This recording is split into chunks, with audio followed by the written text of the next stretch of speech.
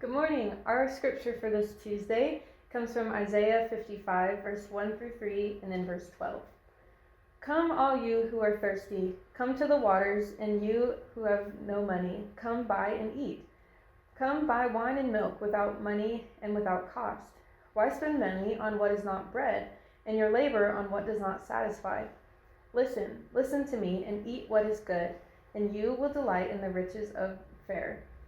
You will go out in joy and be led forth in peace. The mountains and hills will burst into song before you, and all the trees of the field will clap their hands. Early in our marriage, my husband and I spent a year of volunteer missionary service in the small southern African nation of Eswatini, then called Swaziland. But much of our work was in response to the HIV/AIDS epidemic, and one of our first tasks was to help organize a container shipment of medical supplies from a group of donors in the U.S. Because the container itself was also being gifted as additional hospital storage, we needed to hire a crane to lift it off the truck.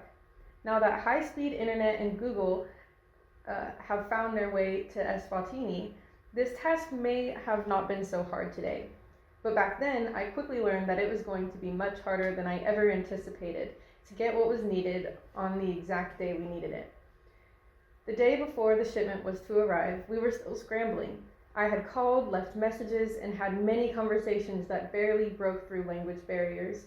Still, there was no crane. With the shipment under 24 hours away, the pressure was mounting, and I had exhausted everything I knew to do. After crying exasperated tears, I decided to take a nap, in hopes that I would have new energy to think of something else when I woke up. An hour later, I woke to my phone ringing. It was a call from someone who had heard what I was looking for and asked if I still needed help. While they did not have a crane, there was a large forklift they assured me could do the job. I admit I was skeptical, but I was also immediately flooded with relief and joy. The work was not complete, but my joy in that moment was not about being finished. It was about the realization that God had been at work while I took a nap.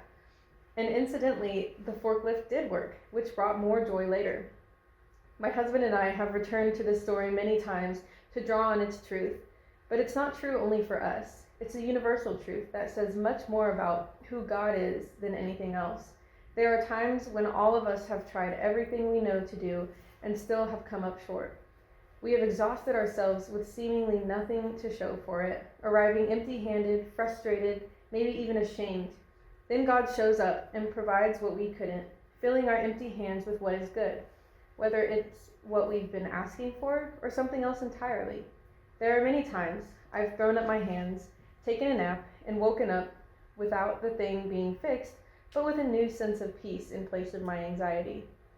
The joyful truth here is not that we always get what we want, but that we have a God who is working on our behalf with resources we can't comprehend. This is an invitation into a whole new reality of abundance that gives us permission to rest. It is not all up to us to get what we need or to fulfill what others need. In the reality of God's kingdom, there is more at work in the world than what we make happen ourselves. And this is very good news. This is a reason for joy indeed. The reality of abundance and rest in God's kingdom is available to us always, but it usually takes us coming to the end of our own resources to realize it, which is perhaps why the gift of joy surprises us so much in our waiting. When we don't have what we need, longing for When we don't have what we need, longing for what is yet to come, our capacity for accepting God's abundant provision expands. In this upturned landscape, we can name our empty-handedness as a gift that allows us to be filled by God, leading us to go out in joy.